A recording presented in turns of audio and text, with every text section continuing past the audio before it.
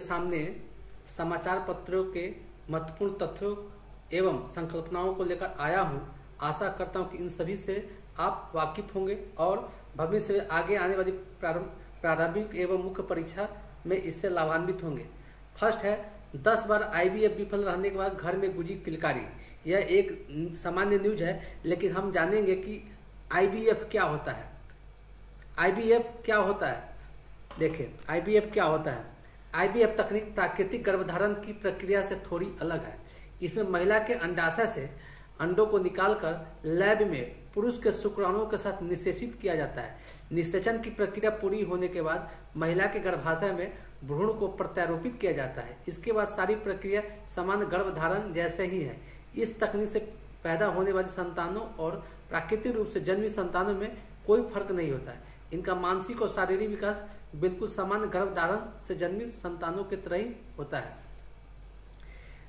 IVF तकनीक के माध्यम से वैसे दंपति जिन्हें बच्चे नहीं है उनकी निसंतानता को दूर किया जा सकता है। नेक्स्ट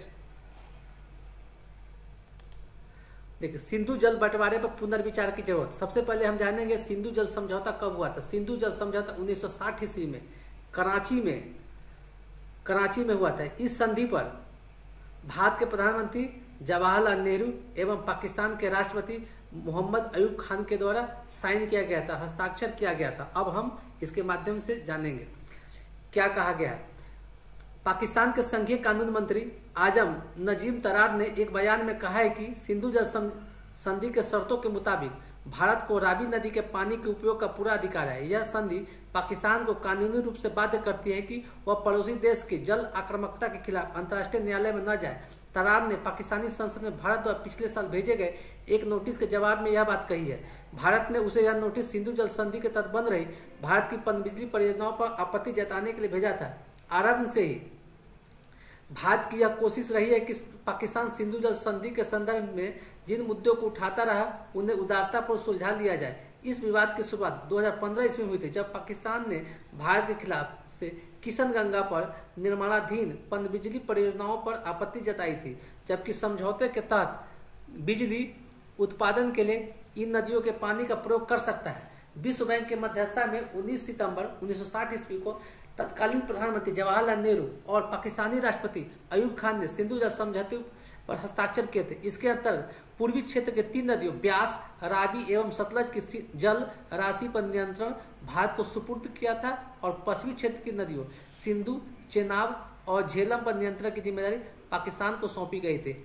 इसके तहत भारत के ऊपरी हिस्से में बहने वाली इन 6 नदियों का 80.52 यानी 167.2 अरब घन मीटर पानी पाकिस्तान को हर साल दिया जाता है, जबकि भारत के हिस्से में महज 19.48% पानी ही शेष रह जाता है। नदियों की ऊपरी धारा भारत में बहने वाले पानी के जल बंटवारे में उतारता की ऐसी अनूठी मिसाल दुनिया के किसी भी अन्य जल समझौते में देखने को नहीं आई है। इसलिए अमेरिका के विदेश मामलों से संबंधित समिति ने 2011 में दावा किया था कि यह संधि दुनिया की सफलतम संधियों में से एक है। लेकिन यह संधि केवल इसलिए सफल है क्योंकि भारत संधियों की शर्तों को निभाने के प्रति अब तक उदार एवं प्रतिबद्ध बना हुआ है, जबकि जम्मू कश्मीर को हर साल इस संधि के पालन में 60,000 करोड़ रुपए का नुकसान उठाना पड़ता है। भारत की भूमि पर इन नदियों का अकुल जल भंडार होने के बावजूद इस संधि के चलते इस राज्य को बिजली नहीं मिल पा रही है। यह संधि दुनिया की ऐसी इकलौती अंतर्देशीय जल संधि है जिसमें सीमित संप्रभुता का सिद्धांत लागू होता है और संधि की असमान शर्तों के चलते ऊपरी जलधारा वाला देश नीचे की ओर प्रवाहित होने वाली जलधारा वाले देश पाकिस्तान के लिए अपने हितों की अनदेखी करता है। इतनी पाकिस्तान हितकारी संधि होने के बावजूद पाकिस्तान ने भारत की उदारता का उत्तर पूरे जम्मू कश्मीर क्षेत्र में आतंकी हमलों के रूप में दिया है। पाकिस्तान की प्रकृति हमेशा से ही धोखा देने की रही है। भारत ने जब झेलम की सहायक नदी किशनगंगा पर बनने वाली किशनगंगा जल विद्युत परियोजना की बुनियाद रखी तो पाकिस्तान ने नीदरलैंड में स्थित अंतर्राष्ट्रीय मध्यस्थता न्यायालय में आपत्ति दर्ज करा दी। हालांकि न्यायालय ने भारत को परियोजना निर्माण की अनुमति तो दे दी, लेकिन भारत को बाध्य किया कि वह रन ऑफ द रिवर प्रणाली के तहत नदियों का प्रवाह निरंतर जारी रखे। फैसले के मुताबिक किशनगंगा नदी में पूरे साल हर साल 9 क्यूसेक मीटर प्रति सेकंड का न्यूनतम जल प्रवाह जारी रहेगा। किशनगंगा को पाकिस्तान में नीलम नदी के नाम से जाना जाता है। न्यायालय के फैसले के परिप्रेक्ष्य में प्रश्न यह खड़ा होता है कि यदि किसी साल पानी कम बरसता है और किशनगंगा नदी बांध में पानी छोड़ने लायक रह ही नहीं जाता है, तो रन ऑफ द रिवर प्रणाली का सिद्धांत अमल में कैसे लाया जाएगा। इस दृष्टि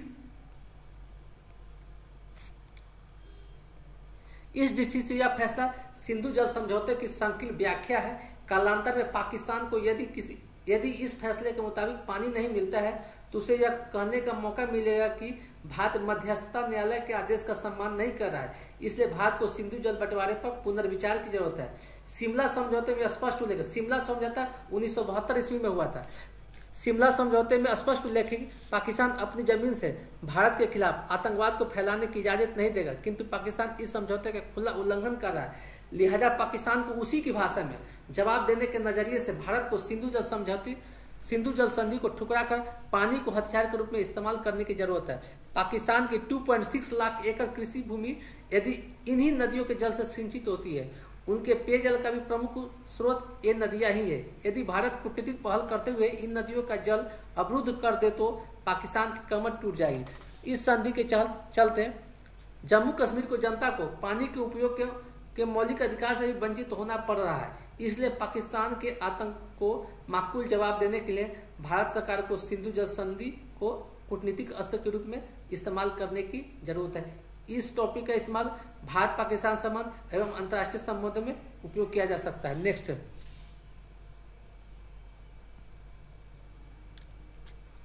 नेक्स्ट है प्लास्टिक प्रदूषण पर वैश्विक संधि के मसौदे पर हुई बात। प्लास्टिक प्रदूषण, इसका इस्तेमाल पर्यावरण, जलवायु परिवर्तन, ग्लोबल वार्मिंग एवं प्रदूषण जैसे टॉपिक में किया जा सकता है। क्या है? प्लास्टिक प्रदूषण पर वैश्विक संधि के मसौदे पर हुई बात। ओटावा कहाँ है? कनाडा में। विश्व में प्लास्टिक प्रदूषण खत्म करने के लिए कनाडा में चल रही वार्ता में पहली बार वैश्विक संधि के लिए संभावित मसौदे पर चर्चा हुई। हालांकि देश इस बात पर बटे हुए थे कि क्या प्लास्टिक उत्पादन पर वैश्विक सीमा तय की जाए। इसी के साथ प्लास्टिक प्रदूषण पर चल रही चौथे दौर की वार्ता मंगलवार सुबह समाप्त हो गई। अंतर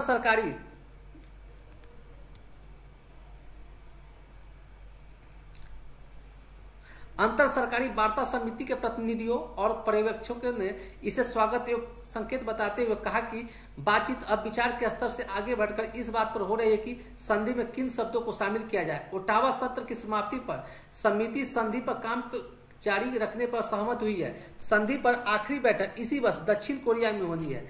वार्ता के दौरान वैश्विक स्तर पर प्लास्टिक के उत्पादन को सीमित करना सबसे अहम मुद्दे के तौर पर उभरा है। प्लास्टिक का उत्पादन करने वाले देशों और कंपनियों के अलावा तेल और गैस का निर्यात करने वाले देशों ने इस पर आपत्ति की। विश्व में सबसे ज्यादा प्लास्टिक जीवाश्म ईंधन और रसायन से बनाया जाता है। International council of chemical association के प्रवक्ता स्टीवर्ट हैरिस ने कहा है कि सदस्य ऐसी संधि चाहते हैं जिसमें प्लास्टिक के रिसाइकलिंग और रीयूज पर भी फोकस किया जाए। उन्होंने कहा कि वे नहीं चाहते कि प्लास्टिक उत्पादन को सीमित किया जाए। उनका मानना है कि इस समझौते के जरिए रसायन का नियमन नहीं किया जाना चाहिए। प्लास्टिक प्रदूषण को खत्म करने के लिए पहली बैठक 2022 के दिसंबर महीने में उरुग्वे के पुंटा डेल स्टे में हुई थी। नेक्स्ट है अकेले उत्तरी ध्रुव पर पहुंचने वाले पहले व्यक्ति बने नाओमी ओमुरा। कब? नाओमी ओमुरा 1978 ईस्वी में जापान के नाओमी ओमुरा एकल अभियान में उत्तरी ध्रुव पर पहुंचने वाले पहले व्यक्ति बने थे। उन्होंने कुत्ते द्वारा खींची जाने वाली गाड़ी की मदद से यात्रा पूरी की थी। उन्होंने माउंट मैकिनले की पहली एकल चढ़ाई और अमेजन नदी की पहली एकल राफ्टिंग भी की है। नेक्स्ट, ब्रिटेन में जारी हुआ दुनिया का पहला चिपकने वाला डाक टिकट। देखिए, ब्रिटेन आपको इंग्लैंड, वेल्स और स्कॉटलैंड तीनों को मिलाकर ब्रिटेन कहा जाता है। 1840 ईस्वी में आज ही ब्रिटेन में दुनिया का पहला चिपकने वाला डाक टिकट पेनी ब्लैक जारी किया गया। रानी विक्टोरिया की तस्वीर वाली इस टिकट को सर रोलैंड हिल ने डिजाइन किया था। इसकी 6 करोड़ प्रतियां वितरित की गई थी। अनुमान है कि इसकी 5% प्रतियां आज भी मौजूद है। नेक्स्ट, फिर फटा माउंट रुआंग ज्वालामुखी। ये प्रारंभिक परीक्षा के लिए महत्वपूर्ण है। ये कहां पर है? माउंट रुआंग ज्वालामुखी इंडोनेशिया में स्थित है। इसको हम जानेंगे।